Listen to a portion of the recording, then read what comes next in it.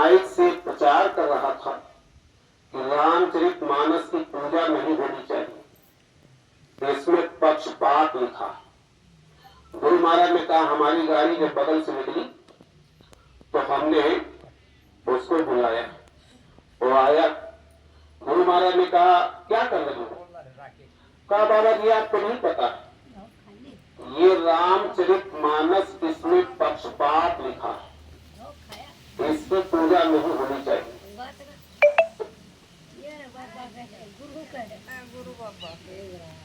देखो एक बात सुन लो, हमारे गुरु महाराज ने ये कहा, संत मत में पैर छूना और छुआना दोनों वर्जित, क्यों वर्जित?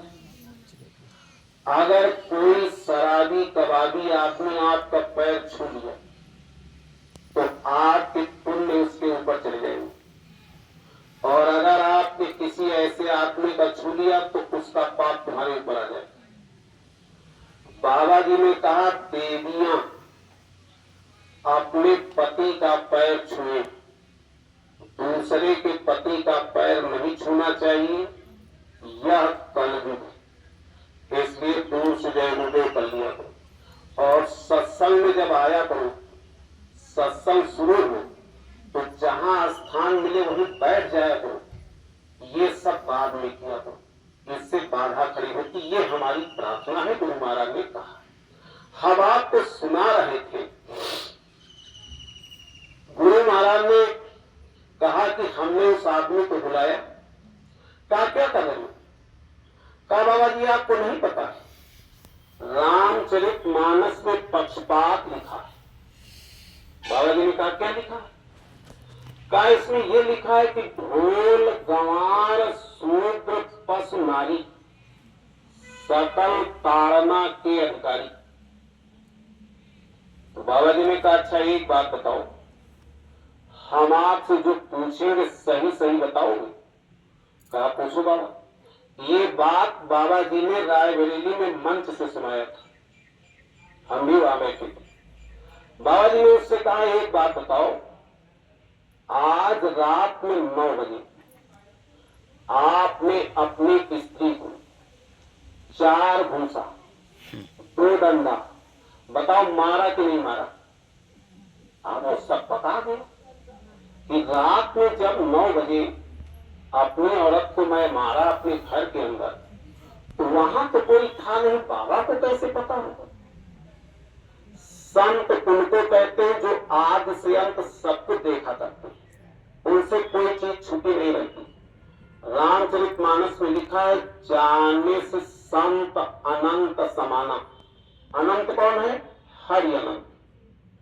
प्रभु और संत में कोई अंतर नहीं होता है, जैसे प्रभु सब कुछ जानता है देखता है, ऐसे संत जानता है। तो बाबा जी ने कहा, बता मारा कि नहीं मारा? तो कहा, बाबा जी आपको नहीं पता, वो बड़ी कमाल। कहा, मूर्ख यही तो लिखा। उसने कहा, बाबा जी आपको नहीं पता, वो बड़ी गंवार है।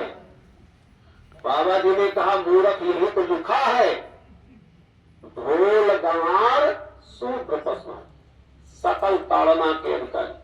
बाबा जी ने कहा, पशु है, छड़ी नहीं दिखाओगे तो नुकसान कर देगा, बच्चे हैं, इनको डांटोगे फटकारोगे नहीं तो नुकसान हो जाएगा। इसलिए बाबा जी ने कहा कि रामचरितमानस को पढ़ करके कुछ लोगों को तो अहंकार आ गया, बड़ी जात के लोगों को, कि हमारे लिए तो सब छूट है, तो वो लोग तो अहंकार में धोखा खा गए, और छोटे लोग नाराज हो गए कि हमारा अपमान लिख दिया गया, वो क्रोध में धोखा खा गए। लोग महात्माओं के वचनों से लाभ नहीं ले पाते हैं प्रेमी। महात्मा तो आपके मतलब के लिए भी कहा। बाबा जी ने कहा था, बुरा मत मानना माताओं बहनों। बाबा जी ने कहा था, स्त्री इतनी ही चतुर हो, विवेक की कमी होती। बाबा देव गुरु महाराज ने कहा थे, देवियां इनको मारा मत करो, मर्यादा में रखो। अगर इनकी मर्यादा आपने खत्म कर दिया ये चांडालिन बन गई तो तुम्हारा जीना मुश्किल हो जाएगा। रामचरितमानस में ये लिखा है, महाभ्रष्ट भई भूत की यारी, जीव स्वतंत्र भई बिगड़े नारी। जब पानी खूब बरसता है तो खेत की मेड़ फट जाती है। अगर स्त्री स्वतंत्र हो गई तो बहुत बड़ा नुकसान होता है। बाबा जी ने कहा था, देवियां हम तुम मर्यादा में, यत्त नारी पूजन तेरा मनते तत्व देवता। अरे जहां नारियों की पूजा होती है वहीं देवताओं का वास होता है। कहने का मतलब ये है, महात्मा जो कुछ लिखते हैं वो जीवों के भलाई के लिए लिखते हैं। और आपके अंदर ज्ञान नहीं, अपने मन से अर्थ लगाओगे तो गलत लगाना। दरिद्र माने क्या होता है इसको समझो। दरिद्र माने होता है अज्ञानता। दरिद्र माने अज्ञानता। अज्ञानता से बड़ा कष्ट इस धरती पर दूसरा कोई नहीं। कैसे?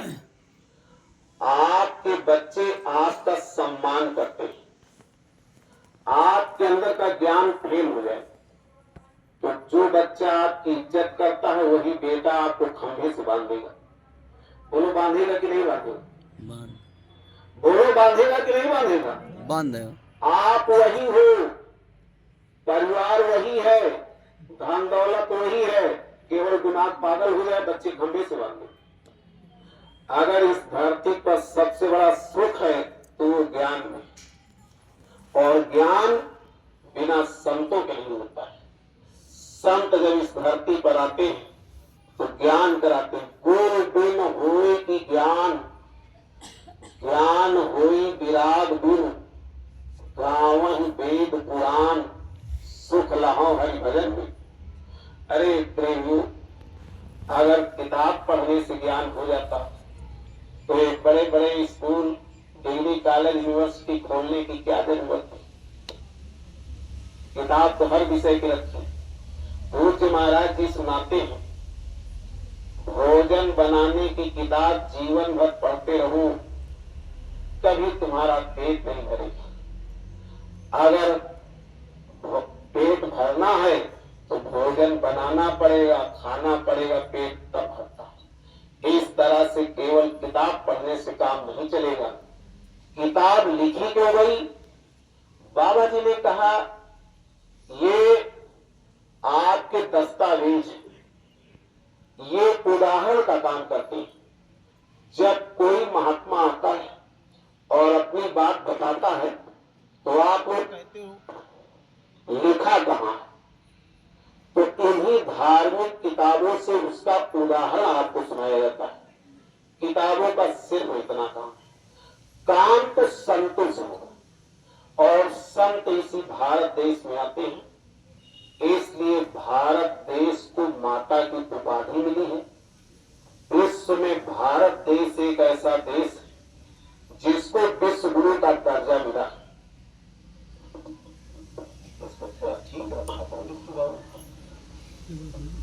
ढीला हो जाता, नीचे हो जाता।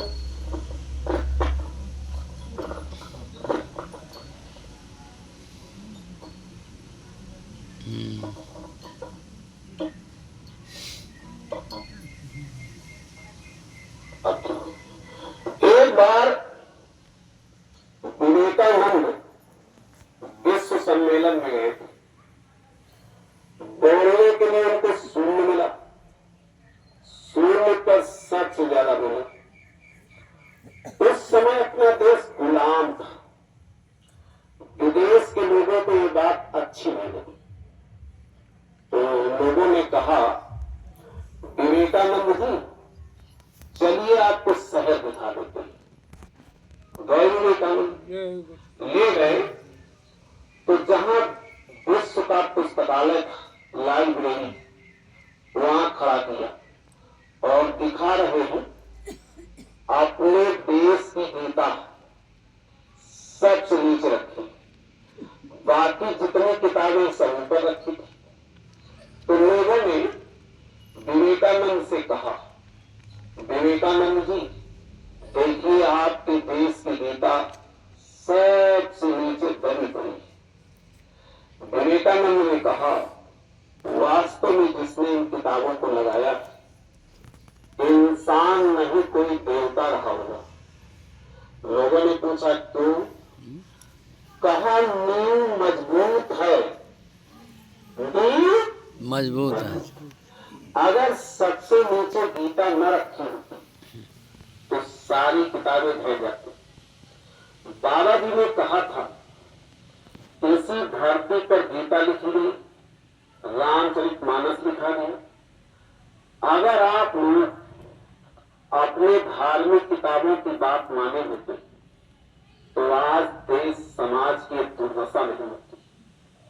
बाबा जी ने कहा एक ही बात बता दो हमको, कौन सी धार्मिक किताब बताती है कि शराब पीना चाहिए? हिंदुओं के यहां लिखा है अगर शराब गंगा जल से बनाई गई तो भी नहीं पीना चाहिए। मुसलमानों के यहां लिखा है एक बूंद शराब शरीर पर गिर जाए 7 परत काट के जला देना, तब भी तुम्हारे गुनाह खुदा के दरबार में माफ नहीं होंगे। ईसाइयों के यहां तक लिखा है एक बूंद शराब किसी कुएं में गिर जाए, कुआं को पार देना चाहिए, उसमें कोई पौधा उगे, उसकी पत्ती कोई जानवर खा ले, उसका दूध नहीं पीना चाहिए। ऐ सुनने वाले धर्म प्रेमी, जिस देश के हर गली में शराब की दुकान खुल गई हो, आप कैसे सोच सकते हो कि देश में सिर्फ शांति आ जाएगी? कैसे सोच सकते हो? रावण के अंदर कुल 3 कमी थी। शराब पीता था, मांस खाता था और पराई स्त्री पर कुदृष्टि डालता था। यही 3 अवगुण उसके वंश को नाश करते। आज उसको राक्षस कहा जाता है। आज भी आपका गुस्सा शांत नहीं। आज दशहरा मनाते हो, पुतला भूखते हो, क्षमा करना ये बताओ, आज आप शराब पीते हो तो क्या आने वाली पीढ़ी से आप उम्मीद करते हो कि आने वाली पीढ़ी हमारी पूजा करेगी? कभी सोचा है? उसके बाद विवेकानंद को घुमाते हुए ले गए, विश्व सुंदरी के महल में खड़ा कर दिया और परिचय कराया। कहा एक विश्व सुंदरी है और हमारे देश में। विवेकानंद ने देखा, कहा बहन जी प्रणाम।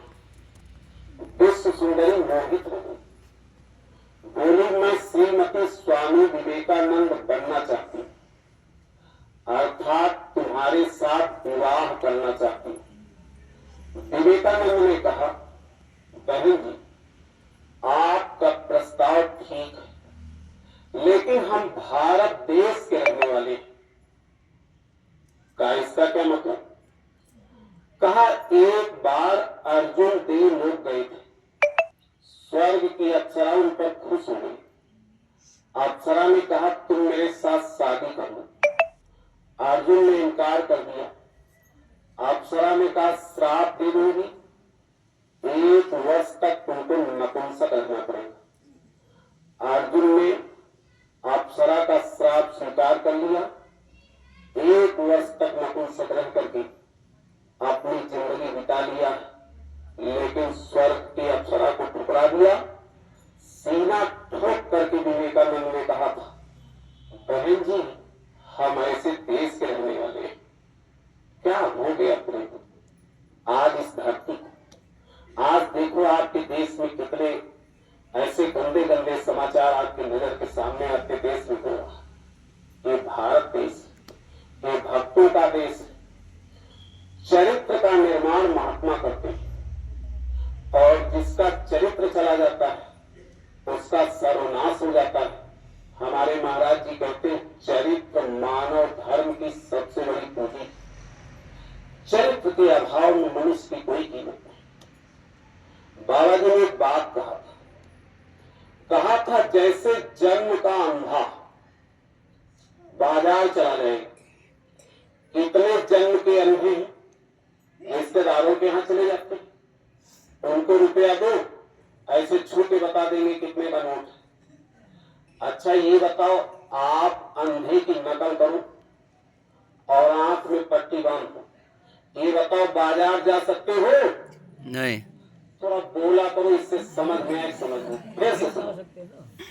एक जन्म का अंधा आपने देखा होगा, वो बाजार चला जाता है, पट्टी के साथ चला जाता है, आपको दिखाई पड़ता है, आप अंधे की नकल करो और आंख में पट्टी बांध लो, ये बताओ बाजार जा सकते हो? नहीं। अरे 4 कदम में गिर जाओगे। बाबा जी ने कहा था, भारत देश धर्म प्राण देश, एक कर्म भूमि है और विदेशों में भोग भूमि। जब भारत देश का मनुष्य भोग भूमि की नकल करता है तब यहाँ विप्लव हो जाता है। धर्म का जब लोप होने लगता है तब कोई न कोई शक्ति इस धरती पर अवतरित होती है और पुनः अपने देश की संस्कृति परंपरा को जगा करके इस धरती पर धर्म की स्थापना